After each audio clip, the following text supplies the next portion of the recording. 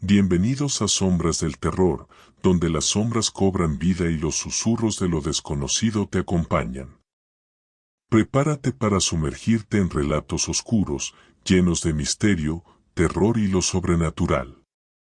Si disfrutas de lo inquietante y lo inexplicable, este es tu lugar. No olvides suscribirte y activar la campana de notificaciones, porque aquí, el miedo nunca descansa. Apaga las luces, ajusta el volumen y acompáñame en esta nueva historia escalofriante.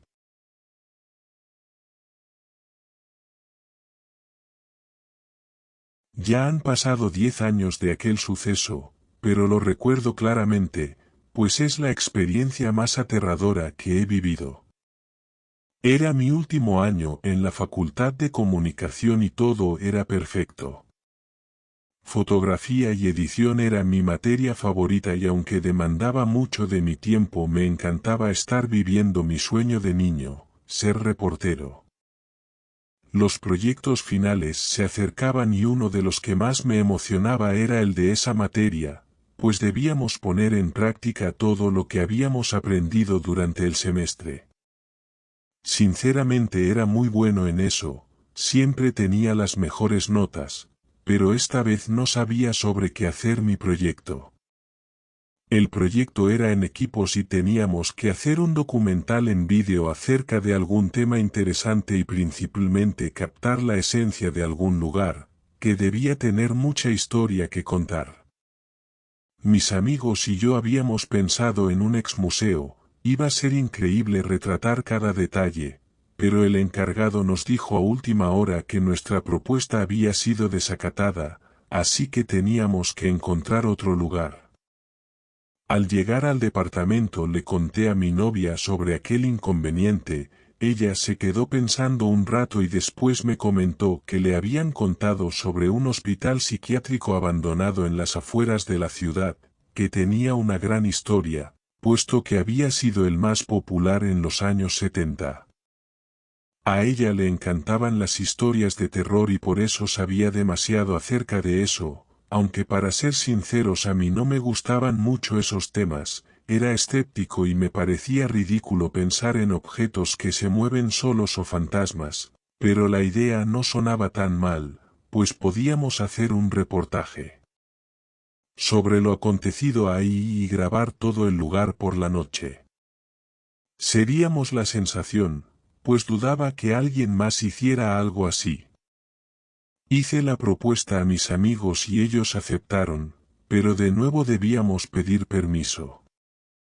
Mi novia me pidió ir con nosotros ya que le emocionaba mucho conocer el lugar. Acepté con gusto e incluso le dije que podía estar en la grabación con nosotros si es que aceptaban darnos permiso y así vivir la experiencia junto conmigo. Decidimos ir al día siguiente saliendo de la universidad. Íbamos mis 3 amigos, Pedro, Juan y Jorge, mi novia Raquel y yo. Nos llevó algo de tiempo llegar hasta ahí y en el camino íbamos planeando qué decir para que nos dieran permiso, incluso llevamos un oficio de la escuela para que fuera más fácil. Después de una larga hora de camino llegamos y la verdad nos sorprendimos cuando vimos lo grande que era el lugar. Yo no creía en nada de vibras, pero si pudiera describir la vibra de ese lugar diría que era pesada y aterradora. El hospital era enorme, la pintura que alguna vez fue blanca estaba desgastada y ahora era amarilla. Eran 3 pisos y la puerta de entrada era gigante, estaba grafiteada, seguramente por la gente que se metía y vandalizaba por la noche.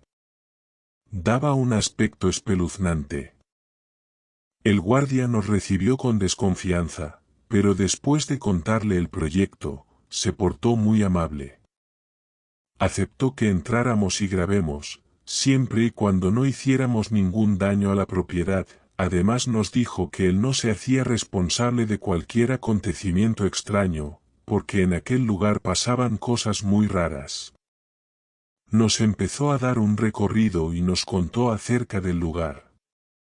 Cuando entramos a la planta baja pude sentir como la piel se me ponía chinita, pues había una vibra muy pesada y aunque era de día se veía muy oscuro dentro, demasiado tétrico, incluso para mí.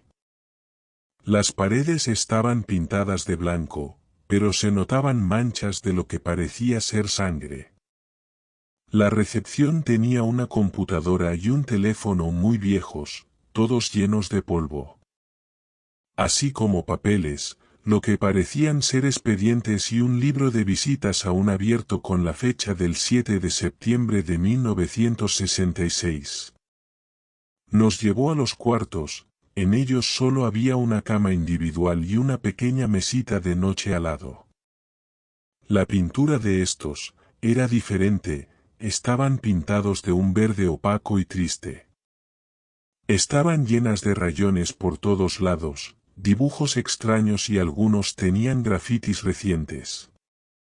Después, mientras subíamos las escaleras, nos contó que ese hospital había sido clausurado en 1970, ya que se practicaban lobotomías y experimentos aterradores a muchos de los pacientes, que definitivamente nunca saldrían, pues quedaban mucho peor o muertos. Experimentaban a través de electrochoques, de encierros con los miedos más grandes de los enfermos, los dejaban sin comer, sin agua o sin dormir por días e incluso semanas, con picaduras de insectos a los que algunos eran alérgicos o con operaciones a nivel quirúrgico del cerebro.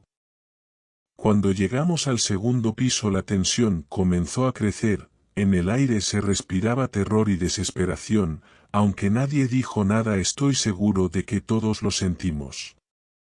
En esa planta, había cuartos como los de abajo, muchísimos más de hecho, también estaban las duchas, los baños que aún estaban sucios y alrededor de 10 consultorios con camillas metálicas, medicamentos e instrumentos quirúrgicos. En estos lugares habían fotos de los médicos así como certificados colgados en las paredes. Pudimos notar que la foto de un médico en particular se repetía en varias ocasiones. Cuando le preguntamos al guardia nos dijo que aquel hombre había sido el director del lugar y que era quien practicaba los experimentos y las operaciones.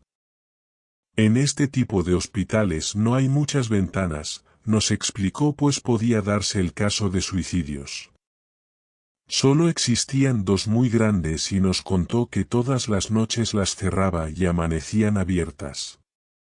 Al finalizar, nos dijo que el recorrido lo podíamos hacer al día siguiente, podíamos grabar, ya que era su noche libre y nadie los molestaría, además nos iba a prestar unas colchonetas por si queríamos dormir y listo. Teníamos lo que podía ser el mejor reportaje de la carrera, una experiencia increíble y aterradora. De regreso todos estábamos muy emocionados, nos organizamos con lo que llevaríamos, cámaras que instalaríamos en el lugar, micrófonos y por supuesto comida. Al siguiente día, Raquel me ayudaba a preparar lo necesario, se nos había hecho algo tarde, pues habíamos ido al cine y a comer algo, así que íbamos con prisa.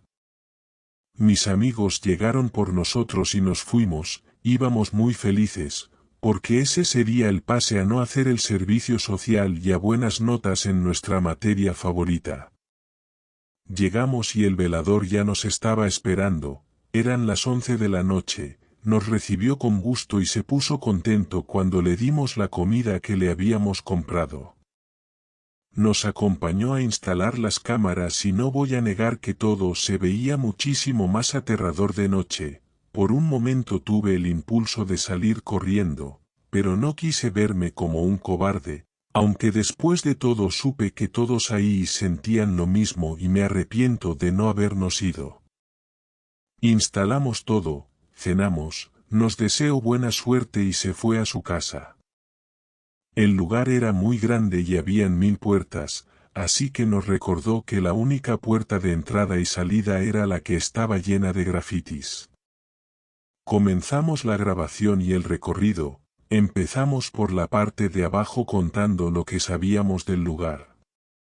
Caminábamos muy despacio y sonreíamos a la cámara, todo iba normal, hasta que llegamos al piso de arriba y pude sentir la pesadez en el aire, pues a pesar de que teníamos las linternas, la oscuridad parecía consumir la luz cada vez más y el aspecto de aquel lugar, lleno de camas vacías, de paredes llenas de sangre e instrumentos quirúrgicos resultaba horrible. Raquel nos dijo que la vibra era mala puesto que en ese lugar hubo mucho sufrimiento, desesperación y locura, provocada o normal.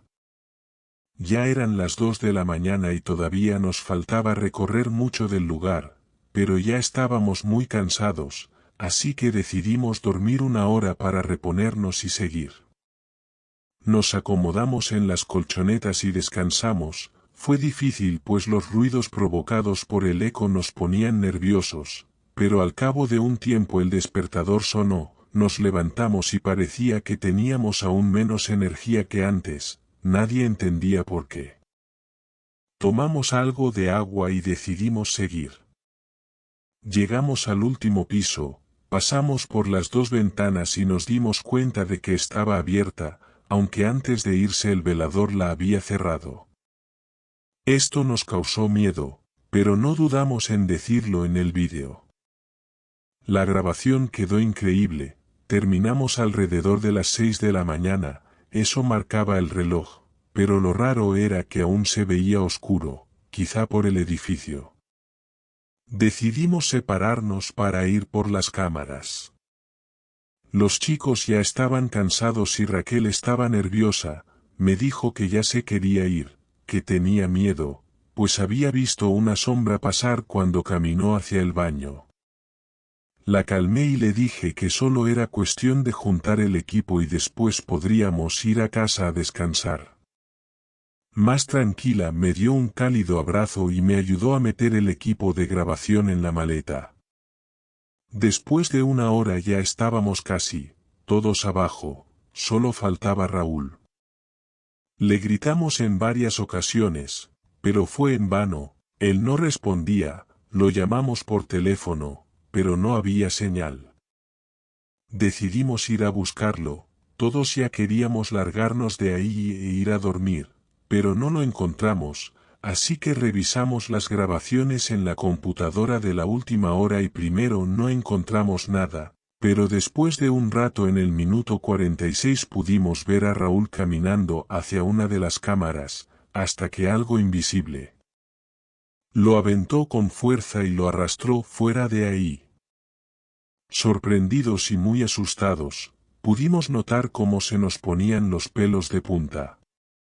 Raquel empezó a llorar, estaba aterrorizada, traté de calmarla, alentando a todos a buscar a Raúl, pero a pesar de todos nuestros intentos no pudimos encontrarlo. Ya había pasado alrededor de hora y media y seguía oscuro, debían ser ya las 7:30 de la mañana. Nuestros teléfonos no tenían señal y tenían muy poca batería y en el lugar no había luz, 2 de las lámparas aún tenían pila, pero finalmente decidimos salir a buscar ayuda, ya que parecía que el hospital se había tragado a mi amigo y ya no sabíamos qué hacer. Abrimos cuidadosamente la puerta llena de grafitis esperando encontrar por fin algo de luz del día, pero lo que vimos nos heló la sangre por completo, pues al otro lado de la puerta había otro pasillo, no la salida. Aunque habíamos jurado que esa era la puerta, era la única con esos dibujos. No podíamos creerlo, habían más y más pasillos, pero seguimos adelante, pensamos que quizá el miedo y el sueño nos estaban haciendo una mala jugada, que la puerta estaría más adelante, pero no la encontramos. Al pasar por uno de los cuartos vimos una silla de ruedas ya muy vieja, seguimos sin hacer caso, pero algo nos hizo voltear, la silla había salido de la habitación y estaba atrás de nosotros moviéndose lentamente. El cuerpo nos temblaba y la boca se nos abrió involuntariamente. Se sentía mucho más frío en el lugar y la luz era muy poca. Salimos corriendo de aquel pasillo hasta llegar a lo que parecían las tuberías del hospital, donde seguimos buscando a nuestro amigo, pero era inútil. Todo olía a humedad y a podrido, pero continuamos ya que pensamos que sería la única salida. Era como estar en un laberinto, ya habían pasado horas y la salida parecía no existir. Nuestros relojes marcaban las 10 de la mañana, pero seguía sin amanecer. Seguimos caminando y nos alegramos al ver una puerta a unos cuantos kilómetros. Era de metal, ya oxidado por los años, y en donde se supone que iría un candado no había nada, así que podíamos entrar. Al llegar a la puerta la abrimos lentamente y con un solo ojo me asomé, pues no sabíamos que nos encontraríamos. Pedía con todo mi corazón que fuera la salida, pero lo que vi ahí me traumó para siempre. El cuarto era grande, estaba pintado de un color azul claro, la atmósfera era triste y oscura. En medio había una cama metálica con una mujer en ella y un hombre con la cabeza agachada que por el uniforme supe que era médico. Estaba sacando su cerebro poco a poco. No pude evitar soltar un grito y en ese momento el hombre volteó. Su cara estaba muy pálida y sus cuencas estaban vacías, de su boca salía sangre y se veía muy enojado. A pesar de eso, pude reconocerlo. Era quien nos había dicho el velador que fue el director del hospital. Corrió hacia nosotros, pero rápidamente cerramos la puerta. Avanzamos hacia el otro lado y llegamos al mismo lugar, con la puerta llena de grafitis. Sin pensarlo la abrimos nuevamente con el temor de encontrar otro pasillo, pero esta vez sí era la salida. El sol tocaba nuestra cara y la luz iluminaba nuestros ojos. Aliviados fuimos hasta el auto, nuestros corazones latían como nunca. Después de ese horrible acontecimiento algo cambió en nosotros, pues fue como estar en el mismísimo infierno. Siempre pienso en lo que hubiera pasado si al abrir la puerta siguiera sin ser la salida y escalofríos recorren mi cuerpo. Nadie nos cree todo lo que sucedió aquella noche, pero tampoco se explican dónde está Raúl. Aún esperamos que vuelva, aún esperamos que encuentre la salida. Y así llegamos al final de esta escalofriante historia. Espero que hayas disfrutado cada minuto de este relato tanto como yo al contarlo. Si te ha gustado, no olvides dejar un like, compartirlo con tus amigos, y suscribirte para más historias de terror. Activa la campana de notificaciones para no perderte ninguna de nuestras próximas aventuras llenas de misterio y miedo. Y dime en los comentarios, ¿qué fue lo que más te asustó de este relato? Nos vemos en el próximo vídeo, si te atreves.